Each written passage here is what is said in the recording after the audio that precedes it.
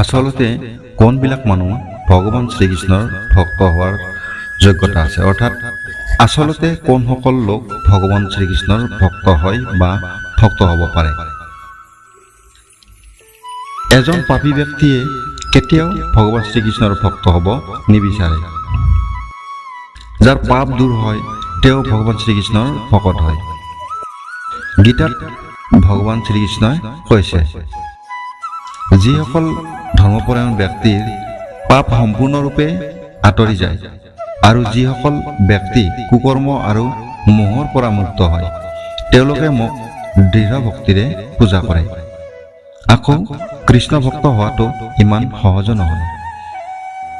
যিসকলে বহু জন্মৰ পুণ্য লাভ কৰিছে কেৱল তেওঁলোকৰ হৃদয়তে জন্ম হয় কৃষ্ণৰ প্ৰতি ভক্তি। হাজাৰ কোটি জন্মী যিসকলে গুণ লাভ কৰিছে তেওঁলোকে জনাৰ্দন দেৱতাৰ প্ৰতি ভক্তি আৰু শ্ৰদ্ধাৰে জন্ম লয়। গতিকে কেতিয়াবা দেখা যায় কোনোবাই ভগৱানৰ ভক্ত হোৱা নাই বা পৰম ভগৱান শ্ৰীকৃষ্ণ বা শ্ৰী বিষ্ণুক নিন্দা কৰি আছে বা ভগৱানৰ বিৰুদ্ধে কথা কৈ আছে, তেন্তে এইটো বুজা উচিত যে তেওঁ এতিয়াও কৃষ্ণ ভক্ত হোৱাৰ যোগ্যতা অৰ্জনেই কৰা নাই। তেতিয়া তেওঁৰ বাবে ভগৱানৰ ওচৰত প্ৰাৰ্থনা কৰা উচিত যে ভগৱানে তেওঁক আশীৰ্বাদ কৰক।